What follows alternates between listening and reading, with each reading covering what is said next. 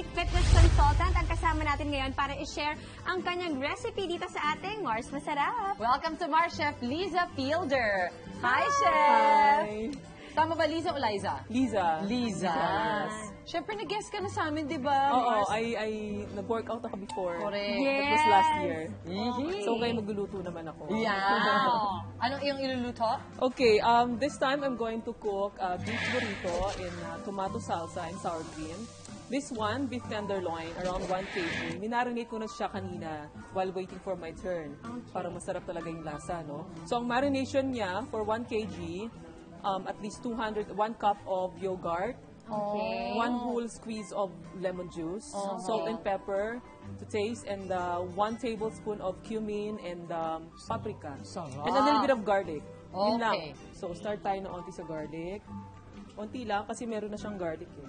Masyadong matapang. Bango ng cumin. Oo, Mars. So, it's just cumin and paprika, Cumin and paprika. yogurt, and Yogurt, lemon, garlic. salt Lemon and juice. pepper.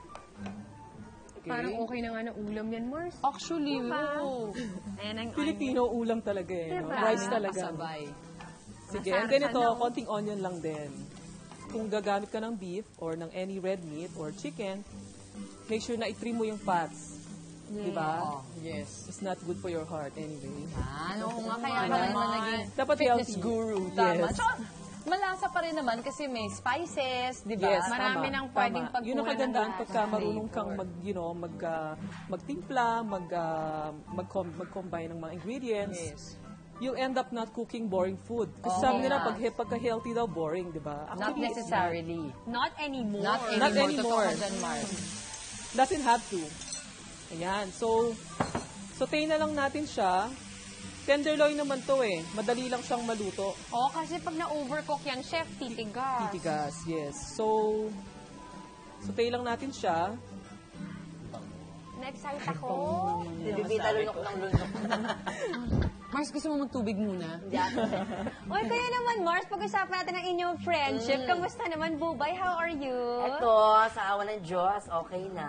Back to work na ulit? Well, we're glad that you've got your energy back and your humor back. Kasi dati hindi ko kilala yung mga kausap ko. Pero medyo mabilis ka naka-recover, Mars, no? Anong sabi niya? Sabi po. Mabilis Kasi eh. usually yung ganun daw talagang ano lang. For a long Pag may time. mga dumadalaw sa akin before sa hospital, hindi ko kilala. At least, okay na. Kamusta yan, Chef, ang iyong tenderloin? Unti na lang yun, pero actually dapat wala siyang sauce eh. Dapat maridus pa siya. Para mas malasa. Okay. Okay, we have here tomato salsa. Okay. So we'll start with the diced tomatoes, the seeded. Dapat wala Bakit na siyang... tinatanggal yung seed, Chef? Kasi madali siyang magtubig, no? So, konting cucumber, diced cucumber. Healthy tayo, di ba? And then, Tabasco. Wow! Pero may sipa. I love it. Onti lang sa akin yan. And Then, then, nagigit na ako puto para ano. okay, onting ketchup lang din. No? Salsa to para sa, Sa ating burrito. yes, sa ating burrito. And then, of course, coriander or wansuyo. No? Sarap to for the combination dito. This one is paprika. Onti lang din. Alang. Pampalasa. Again, cumin. Ano yung Mars? Mga 1 tablespoon lang din. Ketchup. Ketchup. Yeah. You can add more. Yun na, lumalabas na ang juice. So, onti lang din. Siguro yung half pwede na. Ayan, mukhang okay na rin yung beef natin. Okay, salt and pepper. Nalagyan ko na ba? Hindi pa, no? Hindi pa Parang siya. wala pa siya. Okay. Grabe, ang bango. Bango ng lemon. A little bit of salt. Mga 1 teaspoon lang din. Pwede naman siya i-adjust. So, ito, ready na tong tomato salsa na to. Yes! Tomato sauce. Ito naman, kung gusto mong may garlic siya, may hint siya ng garlic, you can add naman like a teaspoon of it. Sour cream to Sour eh. creams. I love sour Okay, cream. so gusto nyo may lagyan natin Para ng... sa akin, I love it. Oo nga eh. Lagyan natin ng konting garlic, no? Parang aioli. Yes. Aioli, instead of using mayonnaise, di ba? Yes. Ayan, onting Salt, salt, and pepper. konti lang. Okay. Ganun yung amoy ng barili. Natin to. Sige. Start na tayo ng pag-roll natin. Yes, Chef. ito kung may baby ka o may anak ka na, can do this, hands-on. Okay din. Yes, Para correct. matuto na siya sa kitchen. Tama. Ako kasi yung papa ko, when I was 8, he already taught me sa kitchen eh. Kapampangan eh. Kaya. nako. So, nasa lahi namin Kaya talagang magaling mahilig magluto. magluto. Ni Ken. Diba? Sarap. Lalaki nung lettuce natin. Oo nga, ang Very ganda nga eh. nice. Fresh na fresh. Beautiful. Okay, start tayo with beef. Okay. This one is 1 kg. So, pag naluto siya, mga 800 grams. Oo.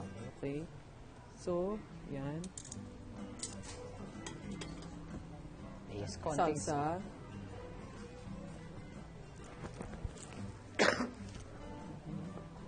Ganda ng color. Super. Ang healthy ng color. And then, of course, yung Ating sour cream natin. Optional naman to kasi may mga lactose intolerant na mga tao, di ba? So, kailangan talaga. Pag may mga clients ako, ganyan din ang, kasi lagi ako meron sa menu ko dito, favorite to ng mga clients ko. Okay. So, definitely, pag may mga customized na lactose intolerant, wag lalagyan ng Oo, take note. sour cream. Ganyan. Take Oo, note sour yan. cream. Ano yan. So, roll mo na siya. Kung meron kang foil, pwede Oh, rin. that's true. O kaya. O kung meron kang toothpick, Oo, toothpick. Toothpick. Ilan kami?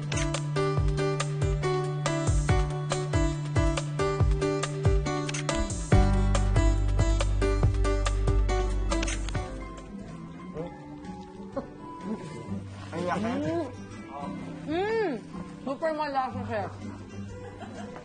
Super makalat. Sarap. Ayaw mo tapos.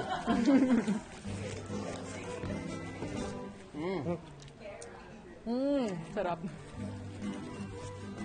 Super Sarap ng malasa. sauce. Diba? Correct. Ng Sarap salsa, sarap lahat. Combination ng sour cream and Masarap yung asim niya. tomato. Sarap. Tsaka hindi siya maalat, light lang. No? Yes, hindi talaga, chef. Saying Thank heavy you. sa palate. You're welcome. Thank you, chef. We enjoyed this very much. Thank you. Thank you so much. Healthy. Sarap nito.